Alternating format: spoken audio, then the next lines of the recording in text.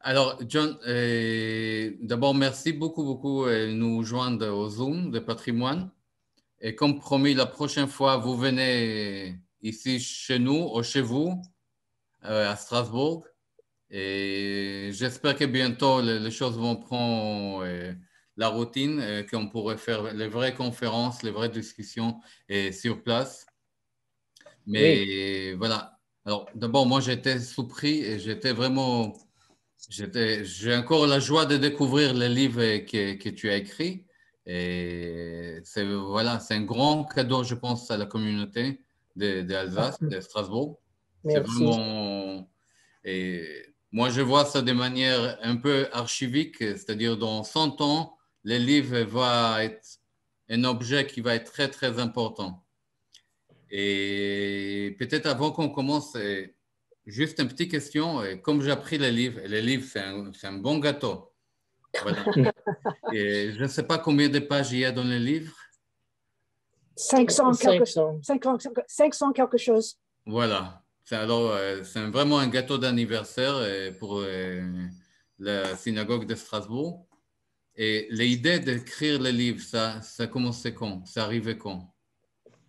C'est commencé dans les années 92-93 à Strasbourg. Avant ça, je me suis présente. D'abord, il faut présenter ma femme Janina, la traductrice de ce livre. Et nous sommes présentés à Strasbourg à cause de Janina, qui était la directrice de notre programme d'échange. Et tu peux expliquer une petite chose? C'est-à-dire que nous envoyons les étudiants étudier à l'étranger, à différents endroits, et Strasbourg est l'endroit en France où les étudiants de notre université vont faire des études en France, disons. Alors, on était là en 84-5 pour la première fois, et c'était comme ça que John a fait connaissance avec la chorale. J'ai lu le Shabbat Shalom et j'ai lu une petite annonce qu'on cherche des Meshorerim, des chanteurs pour le chorale, le chant sacré. Alors, j'ai demandé à Janina à téléphoner à René Jasner, le ministre officiant, et Janina, avec grande gentillesse, a refusé totalement. Il a insisté que je fais le coup de fil moi-même. Et j'étais en grande peur parce que mon français n'est pas très avancé, mais Janina était intransigeante. Elle a insisté et j'ai fait l'appel. Et René a demandé que je me présente dans la synagogue dans le même après-midi. Et il m'a salué avec les mots « Salut Johnny, comment vas-tu » J'ai pensé que peut-être après 20 ans, on commence de se tutoyer, mais j'étais bouleversé et ravi à la même fois. Et je fais partie de la chorale. Et j'ai chanté à côté de mon vieux Gérard, qui est mon année par 6 mois. Et c'était une joie de chanter le répertoire d'Europe, d'Allemagne et de France de la 19e siècle. Et après ça, Gérard me demandait de revenir, d'étudier les partitions qui existent dans le choral et de chercher l'histoire de la chante à Strasbourg. Et j'ai demandé à Gérard, je voudrais faire ça, bien sûr, mais je veux faire une étude académique. Il y a beaucoup de livres qui sont des louages, des panégyriques. Le ministre officiant avait une voix superbe et dévoué totalement pour la foi. Et je voudrais faire une étude juste avec la vérité, la dynamique, parce que les communautés ont des différentes couches de responsabilité et des personnages différents. Il existe des choristes, mais aussi le chef de chœur, les rabbins, la commission administrative, la présidente, les fidèles, le consistoire, le grand rabbin, les rabbinim. Et il s'agit d'une communauté complexe. Et il a répondu, et merci Gérard, bien sûr, on cherche une vraie histoire de la communauté et la musique. Et j'ai fait ça, j'ai commencé, j'ai travaillé dans les archives, j'ai lu les procès-verbaux, les registres de correspondance, je me suis présenté dans les archives municipales, archives nationales, j'ai vu les folders, les dossiers dans la bibliothèque Victor Marx et j'étais bouleversé par l'accueil que j'ai reçu. On m'a fait confiance. Je peux faire des photocopies de la musique, même des registres écrits qui sont conservés dans les grands tomes, dans un armoire. Beaucoup de poussière, bien sûr, mais j'étais ravi. Alors, qu'est-ce que tu peux ajouter? Non, c'est... Et puis, il a vraiment commencé ses recherches sérieuses en 92-13. Et puis, pendant des années, il a dû s'arrêter le travail à cause de la maladie de sa mère. Et il a repris le travail au début des années 2000. D'accord. Et après, il faut chercher un publisher, un éditeur. Un éditeur, parce que le sujet n'intéresse pas beaucoup des Américains. Ben, le sujet est très particulier aussi. Bien sûr. Ouais. Et nous avons trouvé la maison Bensinger. Et avec ça, on a commencé de faire une traduction.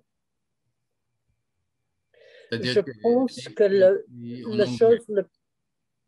les choses les plus touchantes, à mon avis, sont dans l'avant-propos. Quand j'ai parlé des couches différentes des bagarres et la raison que j'ai voulu éviter de prendre mes impressions, mais que les choristes, tous les personnages parlent dans leur même mot, le voix. Pour moi, l'idée de Mechaye Hametim, c'est très important.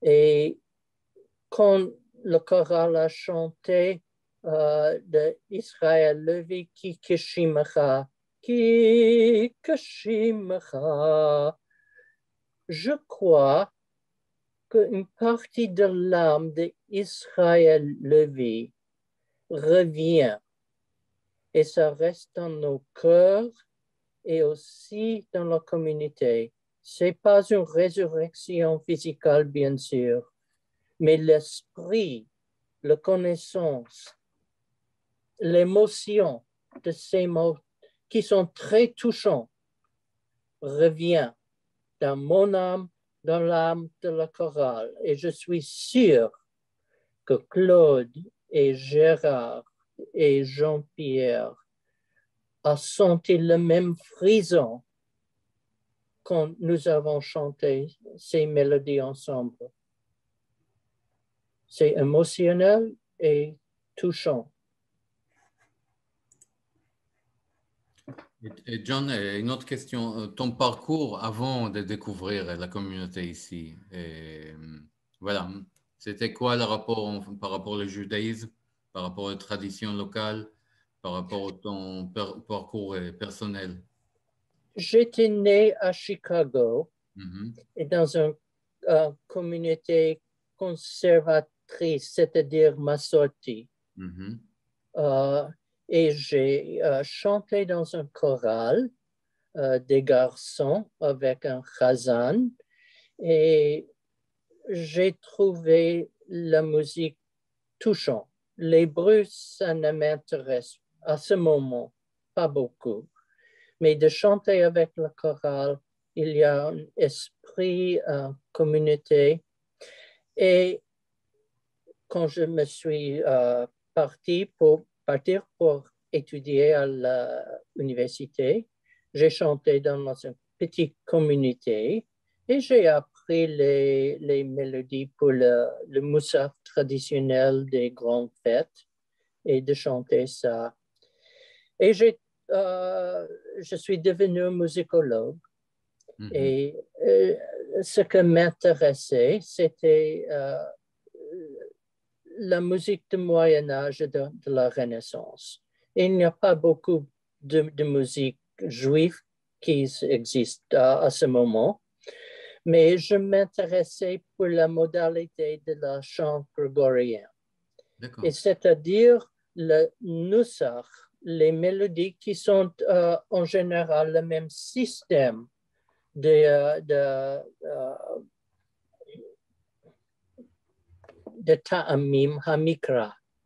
Il y a des modalités, il y a l'échelle Ahava Rabbah, et il y a aussi des petits morceaux de mélodie qui se trouvent même dans le chant grégorien et aussi dans le nusach, le mikra de Haftarah, Vagam Torah. Alors, j'ai travaillé avec les documents qui sont conservés à Cincinnati, une grande collection par le Chazan Edward Birnbaum. Et j'ai fait une liste par ordinateur des compositions qui se trouvent dans cette grande collection. Il était Oberkantor, premier ministre officiant à Königsberg. Il était un savant, il a parlé comme égaux avec des rabbinim, et il a aussi un archiviste. Il a collectionné une grande collection partout d'Europe, de la Russie, et aussi il a une correspondance énorme concernant la musique. Dans les années 1920, cette collection, après le décès de Birnbaum, était achetée par le Hebrew Union College à Cincinnati. Et Abraham Idelson Vagam Eric Werner, qui a reçu son doctorat à Strasbourg, l'Université de Strasbourg, un grand musicologue juif. Et j'ai travaillé avec cette collection.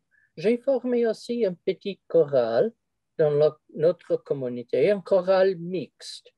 Et nous avons décidé que nous chanterons les partitions à 4 voix sans accompagnement pour avoir des offices différents. Et le répertoire était Sulzer, Naumburg, Lewandowski et tout cela. Alors, c'est une petite histoire. À ce moment, je suis très intéressée par la langue hébreu. J'ai étudié cette langue formellement dans le Hebrew Union College à Cincinnati. J'ai pris des cours aussi et j'enseigne aussi une traduction de notre liturgie pour la communauté à Fort Wayne, où j'habite. Et Janina peut expliquer un petit peu de cette expérience. Je ne sais pas s'il y a une autre question à poser peut-être. OK. Parce que ça, tu as répondu à la question. OK. Parcours, voilà. D'accord. Non, mais comme vous voulez, en fait, c'est très intéressant de voir aussi le contexte que vous vivez et où vous ramenez et pour faire les grandes recherches finalement sur une communauté qui se trouve quelque part. Voilà. Et est-ce que vous avez des racines alsaciennes ou pas du tout Pas du tout. Pas du Mon tout. famille était devenue de Russie, en général Lituanie. Je suis un Litvak D'accord. pour ça. C'est pourquoi il a mentionné la raison pour laquelle nous sommes arrivés à Strasbourg là en 84. Oui. C'est-à-dire, moi, j'ai de l'expérience à Strasbourg parce que j'ai fait des études là quand j'étais étudiante à l'université. D'accord. Et membre de notre corps d'enseignants à l'université, j'ai été nommée directrice cette année-là ou sous-directrice. Et nous sommes allés à Strasbourg précisément parce que moi, j'avais un travail là. Parce que John n'avait pas de contact autrement avec la ville de Strasbourg, mais moi, j'avais déjà de l'expérience à Strasbourg. Et le lien avec notre université explique pourquoi, justement, on est atterri à Strasbourg cette année-là. D'accord. Bah, c'est une Et histoire qui arrive souvent, en fait. j'ai trouvé mon famille au sein de la chorale, avec Jackie et René et Gérard Kaufmann, Zichrono Livracha, Gérard Bale et Marcel Ferry et les autres choristes. Et nous avons chanté ensemble et nous avons eu la même réponse émotionnelle de la musique. Mais finalement, c'est toi qui as pris les démarches, le côté beaucoup plus technique et académique par rapport à la recherche de la musique. Et Oui, voilà. Est-ce que tu oui. étais surpris par rapport à la richesse locale? Oui, le patrimoine de Strasbourg, c'est un musée. La communauté a conservé cette tradition que j'aime beaucoup. Mais aussi, il y a, à dire franchement, une difficulté. Parce que c'est un musée qui n'a pas changé avec des autres compositions liturgiques. Ça veut dire? C'est, à moi, les textes de la Sidur sont très touchants et émouvants. Et quelquefois, on a dit, oh, les Américains, ils sont trop émotionnels. Mais je trouve l'âme de le judaïsme se trouve dans les textes, dans le Sidur, le Gam, le Mahzor. Ils sont, l'hébreu, ce n'est pas élevé comme les piyutim, comme les poésies bibliques, mais ils parlent de l'âme, de l'essence de le judaïsme. Et je prends les textes très, très, très sérieux. Pour moi, le kavana, c'est plus important que le keva. Et quand j'ai fait lis et chante les textes, il y a un lien entre l'émotion et Hachem. Les compositeurs après le 20e siècle et aujourd'hui, oui, il y a des chansons, des mélodies triviales, mais aussi il y a des compositions qui cherchent le sens de nos bénédictions.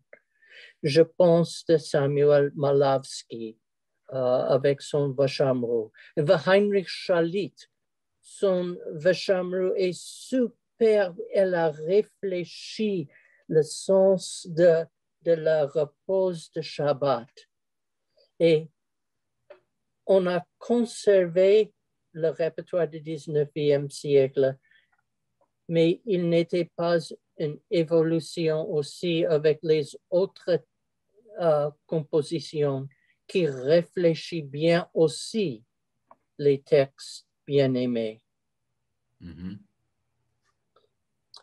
Si je peux juste ajouter quelque chose qui revient à cette idée de richesse, de patrimoine, de mon côté, une des choses qui m'a frappé beaucoup est le fait que John a retrouvé plein de documents que la communauté israélite de Strasbourg avait cru perdu.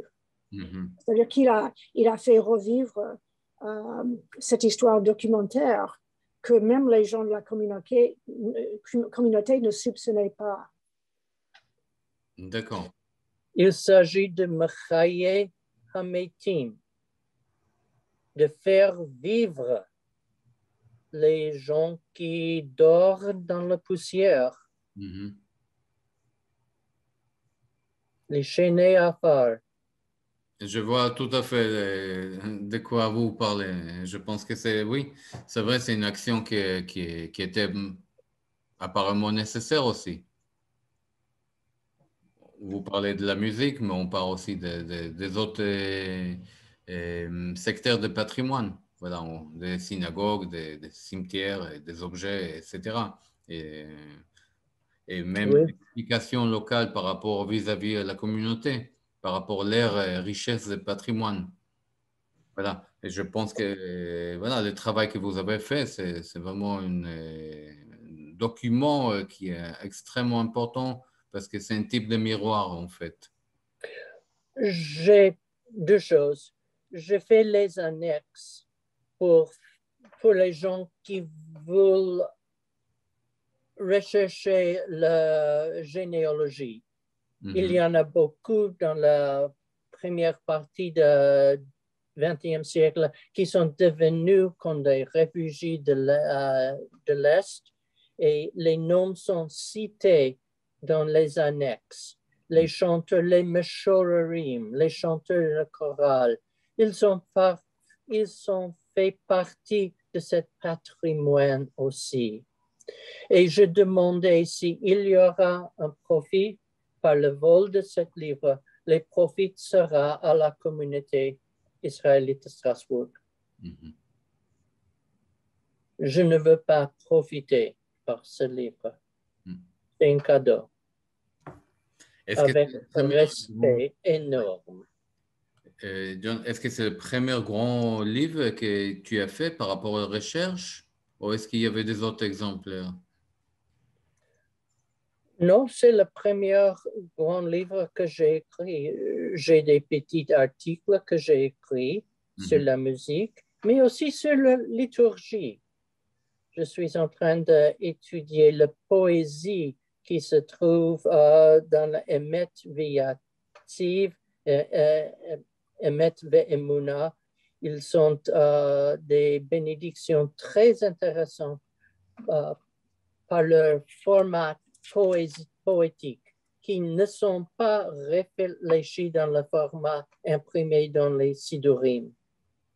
Alors, l'hébreu me fascine aussi, le diktuk et les sentiments aussi.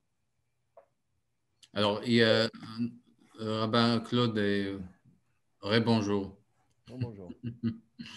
Oui. Oui, je voulais juste intervenir et d'abord remercier M. Planer d'avoir écrit ce livre. Il sait sans doute que je me suis intéressé au rôle des chazanim, non pas tant à la chazanout, non pas tant à la musique depuis une trentaine d'années et que j'ai fait des recherches en ce sens. Mais je dois dire que son livre est un livre essentiel et comme tu l'as dit, Yoav, c'est un document qui restera pour de nombreuses années comme irremplaçable sur le sujet, d'abord par l'étendue des recherches, la systématisation de toutes les cotes et de toutes les indications qui sont données de manière très précise pour pouvoir retrouver les originaux. Tout ceci donne une image d'un travail tout à fait hors du commun, en tout cas, à mon humble avis. Et surtout, ce qui me paraît important, c'est ce dont M. Planer a un peu parlé, mais d'une manière un peu émotionnelle, comme il dit, c'est-à-dire la complexité que représente la fonction du chazan au quotidien. à la fois de satisfaire la communauté, de satisfaire le rabbin, de satisfaire les fidèles, etc., etc. Il est comme le catalyseur de diverses tensions communautaires. Oui. Et donc, il le montre très bien dans le livre à plusieurs occasions, pour différentes, en différentes occasions où on a eu à engager un chazan et combien les différentes passions se sont exercées, comme par exemple lorsqu'il a fallu choisir le chazan Borin en 1933 à Strasbourg. Donc, je ne sais pas si je pourrais rester tout le temps de la conférence, mais je voulais personnellement le remercier et lui dire combien son travail est important et apprécié des connaisseurs, mais je suis sûr aussi plus tard également du grand public. Encore un grand merci. Merci beaucoup. Merci beaucoup. Je suis très touché par vos mots et votre gentillesse. Je voudrais dire que les mêmes complexités existent aujourd'hui. Aux États-Unis, tous les chazanim libéraux, mais masorti, orthodoxes, trouvent les mêmes conflits, les mêmes difficultés. Ce qui manque dans mon livre, c'est la vie intime spirituelle qui reste au sein de chazanim et de meshorim et de chefs de chœur. C'est-à-dire, il y a souvent une façade qui emporte comme un fonctionnaire de la communauté. Et comme un chazan, il y a aussi des blessures, les commentaires les fidèles. Vous n'avez pas chanté ça, c'est pas justement, il y a des choses. On prend un pot assez dur pour ça. Par exemple, je pense de mon ami Jackie Waknin. C'est un homme très, très, très sensible. Il a une air jovial, amical, et fait des blagues et des choses. Mais au fond, il y a une vie intime qui est spirituelle et émouvante. Et les choses personnelles qui existent dans les meshorim sont rarement exprimées dans les procès-verbaux, dans les documents qui se survivent. Et cette partie, c'est très important. On ne peut pas récupérer ces vies internes, spirituelles qui existent.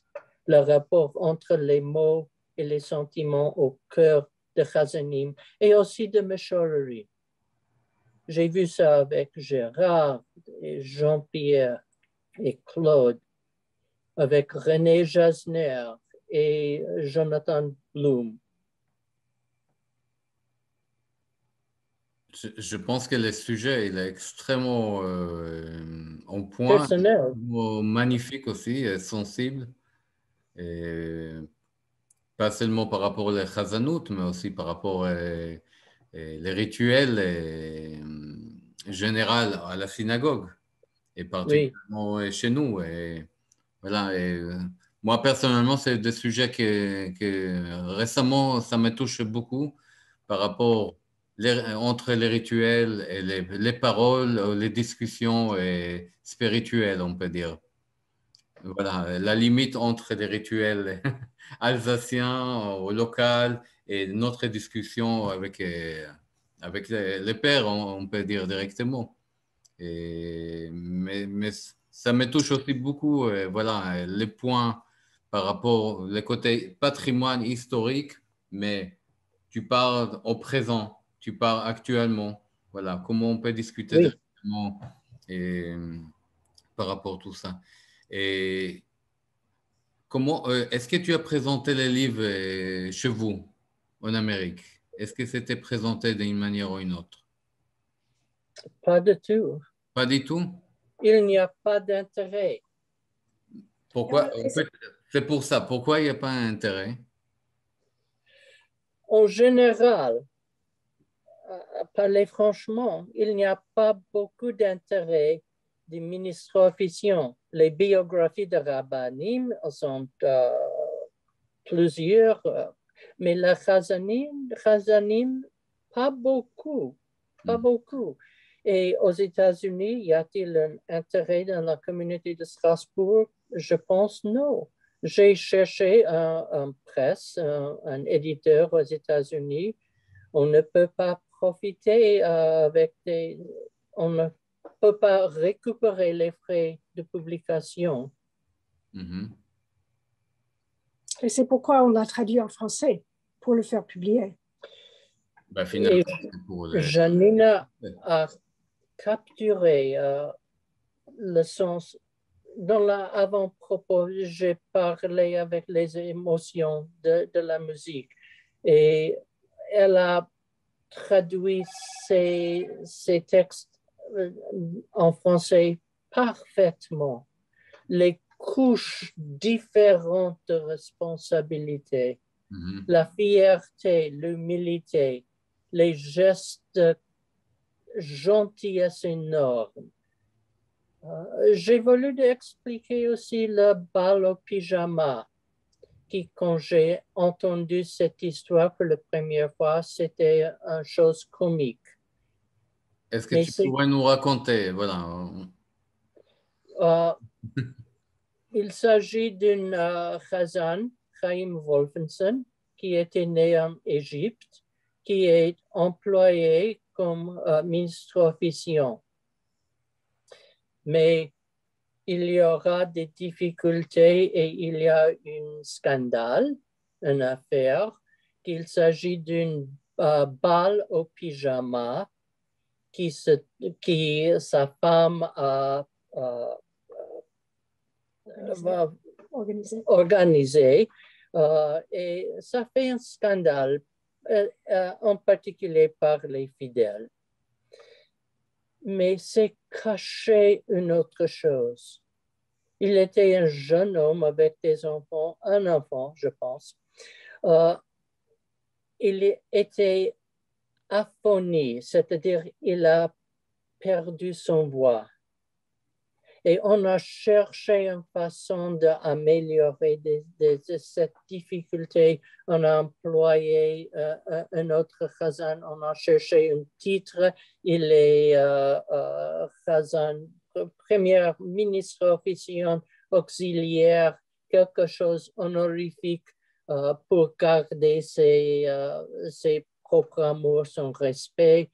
La communauté a essayé beaucoup de remplacer parce qu'on ne peut pas avoir un grand agent, Chazan, qui ne peut pas chanter avec une voix forte l'office. Ce n'est pas un scandale, c'était une tragédie humaine. Et Wolfenson et sa femme et son fils sont morts dans le Shoah. Ce n'est pas une blague, ce n'est pas une chose comique. Et j'étais touché par la gentillesse de la communauté. Parfois, il n'y a pas beaucoup de gentillesse avec des conflits, beaucoup de conflits, mais c'était un geste formidable.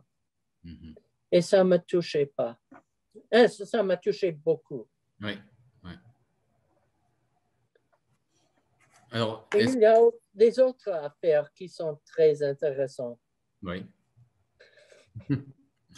J'imagine que plonger dans la soupe d'une communauté, c'est...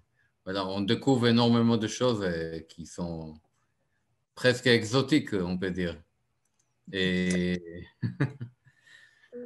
Il y a une autre petite histoire qui va peut-être intéresser les gens qui participent aujourd'hui, c'est que, bien sûr, pendant la période entre 1870 et la fin de la Grande Guerre, tout le monde était obligé de parler allemand.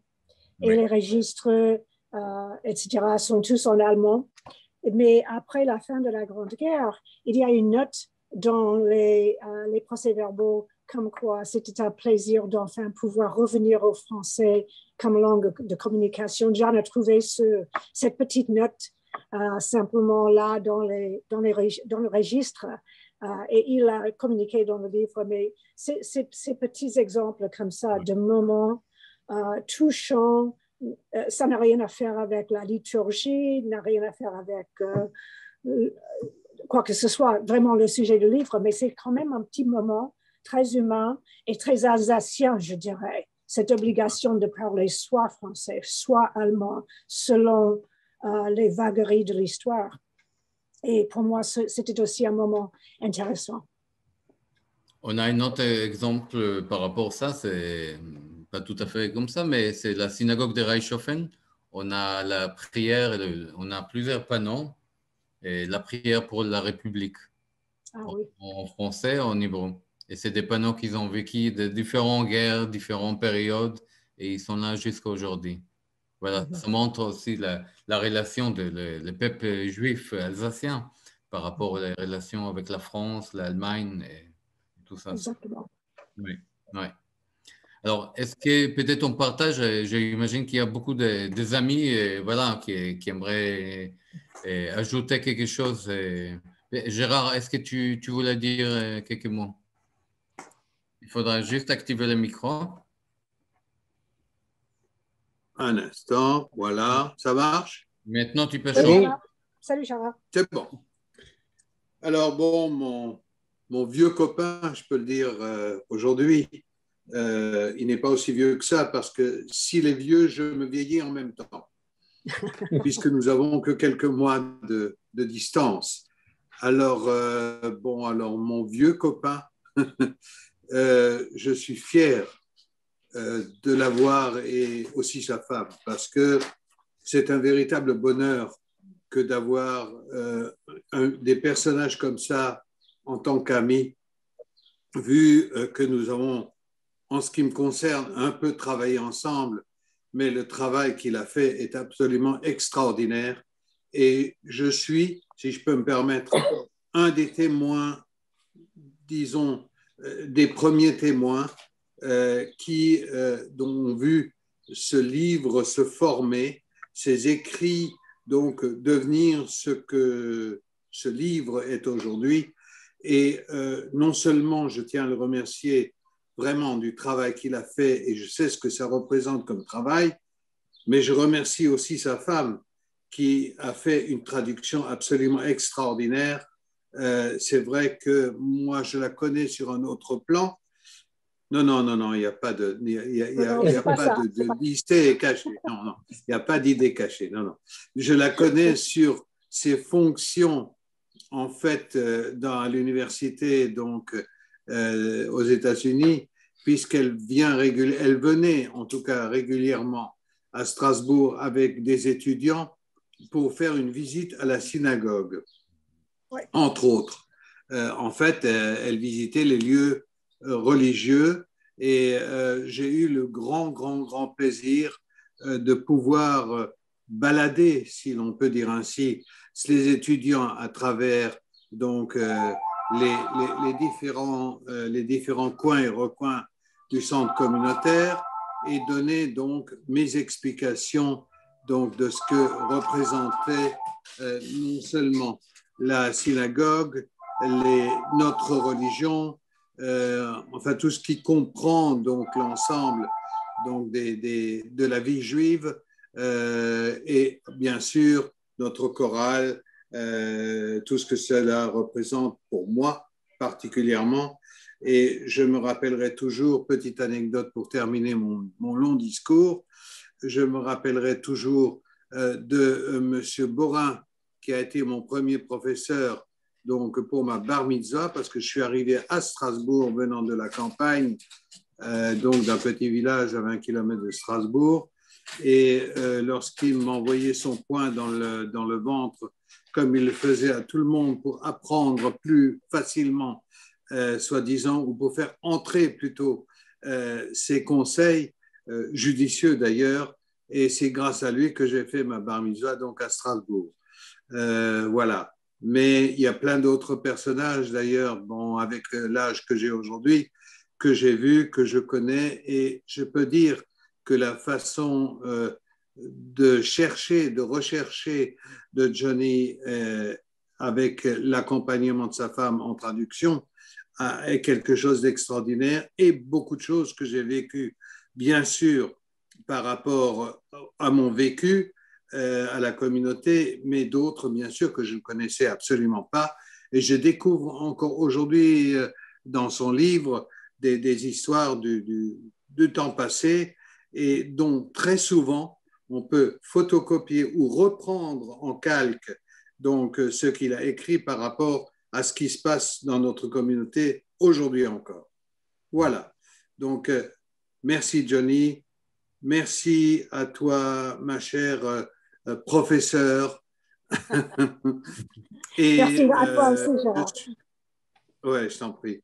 Et puis, merci aussi à Yoav d'avoir provoqué donc cette réunion de ce jour. On aurait bien aimé se rencontrer tous ensemble, mais bon, on est à distance. Il y a juste une chose que je voudrais encore poser la question. Johnny, dis-moi, avec ton épouse, quand est-ce que vous avez prévu de venir à Strasbourg? On a hâte de vous avoir ici. Peut-être on a prévu une visite après les grandes fêtes cette année. Peut-être au mois d'octobre. Oui. D'accord.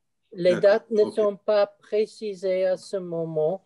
Il y a, avec le corona, il y a des possibilités horribles qui peuvent arriver, mais aussi, en général, nous sommes bien vaccinés. Notre chorale mixte à Fort Wayne, tous les chanteurs sont vaccinés.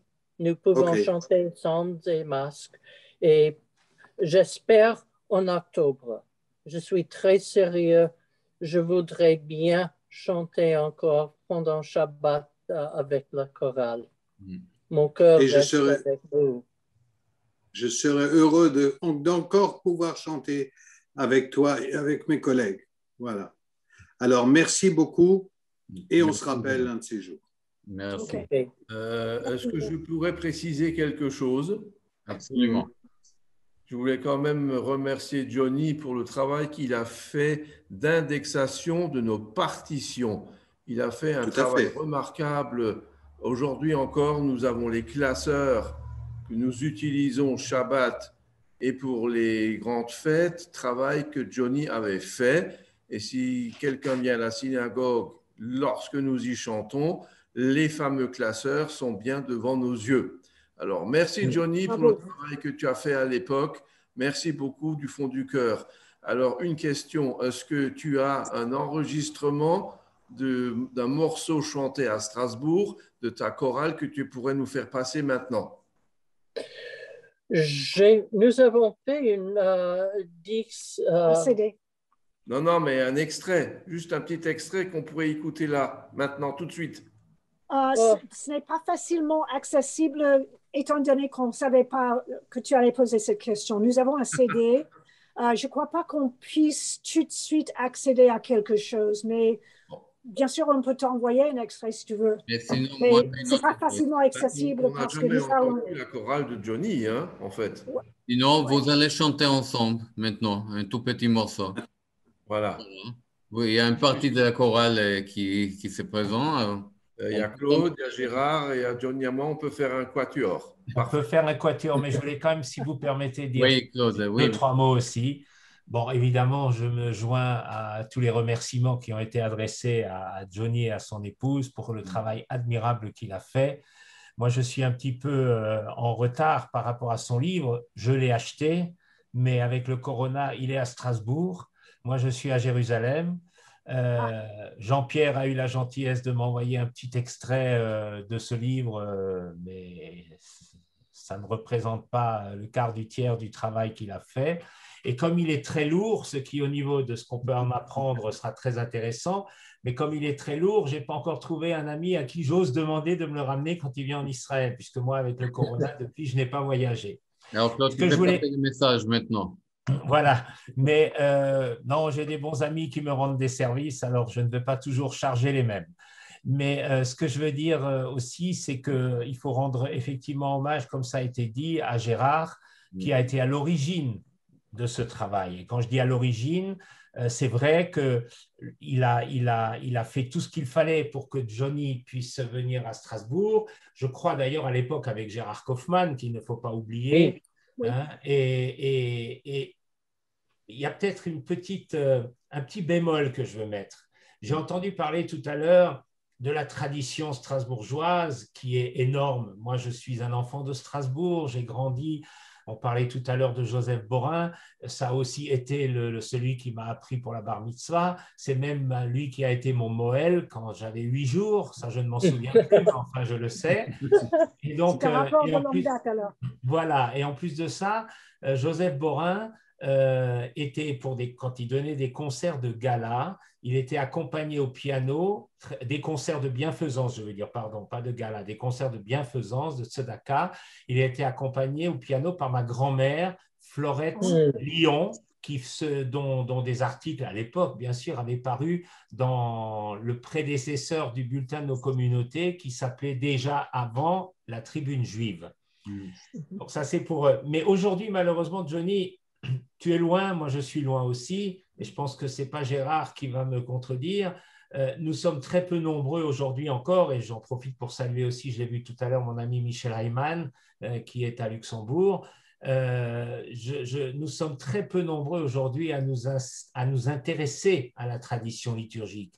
Et même à Strasbourg, et ce n'est pas une critique, bien entendu, c'est une constatation, même à Strasbourg, nos partitions qui nous ont fait vibrer. Tu as parlé de Kike Shimro, on pourrait énumérer tout un tas de morceaux comme ça qui moi, m'ont fait trembler à chaque Rosh Hashanah ou à chaque Kippour concernant les grands airs, parce qu'on éprouve une émotion particulière et on ressent vraiment la présence de la Shrina quand on interprète ces morceaux. Je peux te dire, je suis allé pendant 20 ans pour Yom Kippour à Neuilly, et un soir de Kol Nidré, lorsque j'ai entamé le 3e Kol Nidré, une des années, les gens croyaient que je faisais un malaise. En fait, j'étais tellement ému que j'ai dû m'arrêter quelques instants avant de pouvoir continuer à chanter.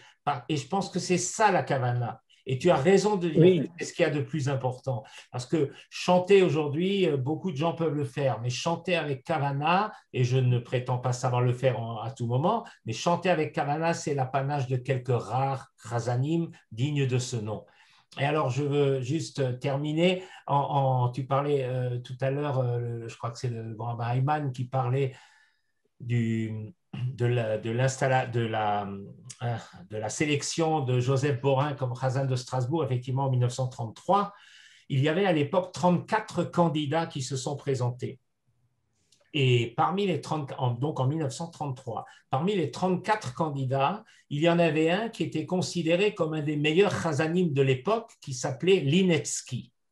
Et Linetsky, on lui a présenté les partitions de la communauté de Strasbourg. Et l'inévitable Al-Khaït, qui se chante sur un air bien scandé, comme on dit, et Linetsky a dit « Comment vous croyez que moi, j'accepte de chanter Al-Khaït sur un air de ritournelle de foire ?» Parce que c'est vrai que c'est un peu folklorique, il faut le reconnaître. Et c'est pour ça qu'il a retiré sa candidature. Et après, bien sûr, c'est Joseph Borin qui a été engagé, etc. Donc, c'est vrai que ce qu'on peut regretter, je pense qu'ici, parmi tous ceux qui sont présents et qui font partie encore aujourd'hui ou qui, comme moi, ont fait partie de la chorale de chant sacré, nous ne sommes plus très nombreux à nous intéresser à la chazanout. Aujourd'hui, même à Strasbourg, et je répète, ce n'est pas une critique de ma part, je le constate simplement, même à Strasbourg, aujourd'hui, on a oublié que le chazan est un pivot important de la synagogue. Aujourd'hui, on a parfois tendance à laisser faire les offices par des gens qui sont pleins de bonne volonté, le doute n'existe pas, mais qui n'ont pas la capacité vocale à faire ce pourquoi on leur demande de faire. Et c'est peut-être un peu dommage. Je le constate en Israël. Quand je veux entendre de la chazanout, je vais à la grande synagogue de Jérusalem. Les choules de quartier, bon, ici, il y en a plein évidemment, mais je n'ai pas encore trouvé un office où je peux dire cet office-là me plaît. Donc, c'est un petit peu ça qui est dommage. Mais je voulais pas, et pour terminer, je voulais pas oublier de dire que concernant le patrimoine alsacien, bien sûr, Yoav fait un travail extraordinaire, mais je voudrais aussi, puisqu'il est avec nous également, et même s'il ne l'avait pas été, je l'aurais cité quand même, il ne faut pas oublier que Michel Roté, par le biais du site du judaïsme alsacien, fait un travail extraordinaire, tant au niveau de l'histoire qu'au niveau de la Chazanout, qu'au niveau des cimetières. Alors là, c'est extraordinaire ce qui a été fait par lui et grâce à l'aide de Georges Weil ici à Jérusalem, et aussi à l'aide, malheureusement, il ne vit plus, de Patrick Bloom à un certain moment. Mais il ne faut pas oublier de citer ce site du judaïsme alsacien. Et je me permets de lancer un pavé dans la mare lorsque tout à l'heure, Johnny, tu as dit, et ça, la décision, elle t'appartient à toi et à personne d'autre, quand tu as dit que tu ne sais pas s'il y aura des bénéfices, mais s'il y a des bénéfices, ils sont pour la communauté de Strasbourg. Je pense qu'il faut qu'ils soient pour la section patrimoine de la communauté. Et si tu le veux, s'il y a suffisamment, tu peux aussi envisager de faire profiter d'une petite partie le site du judaïsme alsacien qui n'a aucune subvention, qui ne vit que par des dons et par des cotisations et qui fait un travail extraordinaire. Voilà. En tout cas, moi, j'étais très heureux de te revoir parce que c'est vrai qu'on a, avec Gérard, des souvenirs de la chorale à Strasbourg quand tu étais avec nous. On a chanté quelques duos mémorables et c'est vraiment un grand plaisir de te retrouver et de saluer en même temps ta charmante épouse. Et j'espère, bon, si tu viens après les fêtes de Tishri, je ne suis pas sûr que je serai à Strasbourg. Moi, j'espère pouvoir venir l'année prochaine à Strasbourg au mois de mai parce que ce n'est pas un scoop. On va poser ce qu'on appelle en allemand les Stolpersteine ou en français les pavés de la mémoire, en souvenir de mon grand-père qui a été déporté à Buchenwald. Et il est bien évident que pour cette occasion-là, si Corona le permet, je vais être présent à Strasbourg, mais ça, ce sera au mois de mai l'année prochaine seulement. Voilà, j'en ai terminé, je ne veux pas monopoliser la parole, mais c'est vraiment une grande émotion d'avoir pu te revoir, même si c'est par Zoom interposé, mon cher Johnny. Et moi aussi. Claude, merci. Est-ce qu'il y a encore quelqu'un qui aimerait passer un message ou dire quelque chose par rapport au livre? Voilà. Je vais juste ajouter, j'apprécie beaucoup le fait que vous avez enregistré cette émission. Nous aimerions bien avoir le lien pour qu'on puisse le passer à nos enfants. Absolument, je vous envoie les liens et comme ça Merci. va être préparé avec plaisir. Une dernière chose que j'ai oubliée à propos du CD que tu as fait, que vous avez fait là-bas et que tu vas essayer de faire passer. Je ne sais pas qui c'est qui l'aura ou qui aura l'enregistrement. Il est évident que je suis intéressé aussi. Et je pense que Michel Roté, au titre du judaïsme alsacien, sera intéressé d'en l'avoir aussi. Donc, le premier d'entre nous qui l'aura, merci d'en faire profiter les autres. Absolument. Alors, est-ce que vous voulez terminer avec un petit chant? Michel Ayman, tu es encore là? Alors, Michel… Voilà, ça y est, je suis là. Bonjour Claude, bonjour Michel, enfin bonjour tout le monde, bonjour Jean-Pierre, bonjour Gérard, bonjour à tous. Je suis désolé, je vous ai rejoint tardivement, donc je n'ai pas pu suivre le début de l'émission, qui est évidemment très très intéressant. Bien entendu, en tant que Razan, j'aurai plein de choses à vous raconter et des choses dont Claude partagerait parfaitement les idées que je pourrais émettre. Pas vrai, Claude? Absolument. Donc, sans que tu les émettes, je les connais, donc je peux te dire absolument, je les partagerai. Bon, je suis très heureux de vous avoir entendu. Étant venu en retard, je ne peux pas maintenant monopoliser la parole. J'écouterai l'enregistrement, j'en saurai un peu plus. Et en tout cas, je suis très heureux. Alors, Johnny, j'ai un vague souvenir de toi, hein, parce que je pense que quand tu étais à Strasbourg, je faisais encore partie de la chorale, le chant sacré, mais j'ai un vague souvenir. On n'a pas eu tellement de contacts tous les deux, hein, il me semble. Maintenant à faire le contact. Mais je sais que je t'ai et je t'apprécie et toute la chorale t'a et continue de t'apprécier. Ça, je le sais et je peux vraiment te le dire. Bon, on va faire un petit morceau ensemble pour aller à la demande de Yoav, qui a eu une très bonne idée. Alors, John, vous, ensemble, vous voulez chanter quoi? Qu'est-ce que... Allez, Johnny, tu choisis quelque chose. Something to sing. They're asking you to sing something with them. Un Oh, morceau.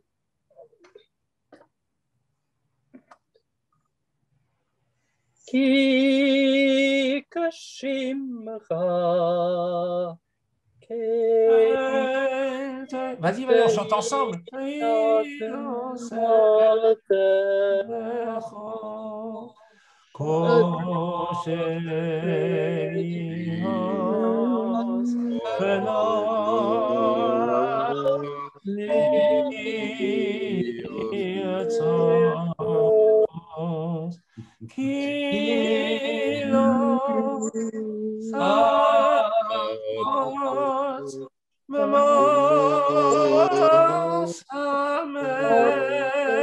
Je m'excuse, je suis un peu enroué.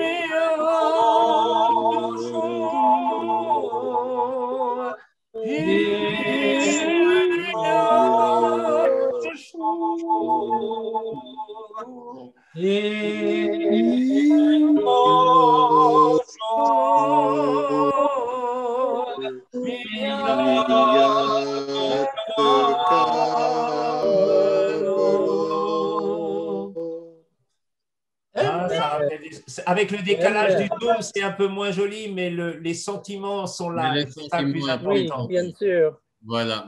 Merci beaucoup, beaucoup.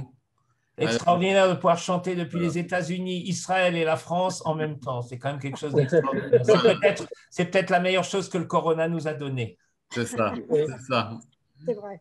Bon. Et Israël Levy était le Chazan à Strasbourg pendant 3 années, je pense. Oui. À Strasbourg, j'ai vérifié ça. On a douté. Non, c'est juste, il était pendant un moment. Mais c'est vérifié dans les documents qu'il était le Chazan. Oui. Par contre, moi, j'ai juste une question encore, Johnny. Est-ce que tu as eu tu as pu faire des recherches ou tu as trouvé quelque chose sur... Il y avait à Strasbourg, à un moment donné, mais je ne connais pas les dates, un chef de chœur qui s'appelait Schlesinger. Oui, bien sûr. Il y a une grande histoire avec Schlesinger. Oui. Et c'est précisé dans le livre. Bon, alors il faut absolument que quelqu'un me la ramène si moi, j'arrive pas à voyager. Et aussi, il y a une grande affaire, le mot Max Neumann. Oui, bien sûr. Et l'affaire de Max Neumann. C'est très, très, très intéressant. Ah, j'ai hâte de pouvoir lire tout ça. Ouais. Dans la table des matières, il y a souvent des sous-titres qui indiquent la personne qui est le sujet principal de ce passage. Alors, si, Claude, si quelqu'un t'envoie des pages spécifiques, on peut bien choisir en regardant la table des matières. D'accord. Bon, enfin, c'est comme pas... comme Michel montre maintenant. Oui, c'est ça, effectivement, je vois. Bon, mais j'ai reçu la photo du livre avec effectivement un certain nombre de pages spécifiques, enfin un minimum, mais pour ne pas le citer, que Jean-Pierre a eu la gentillesse de m'envoyer.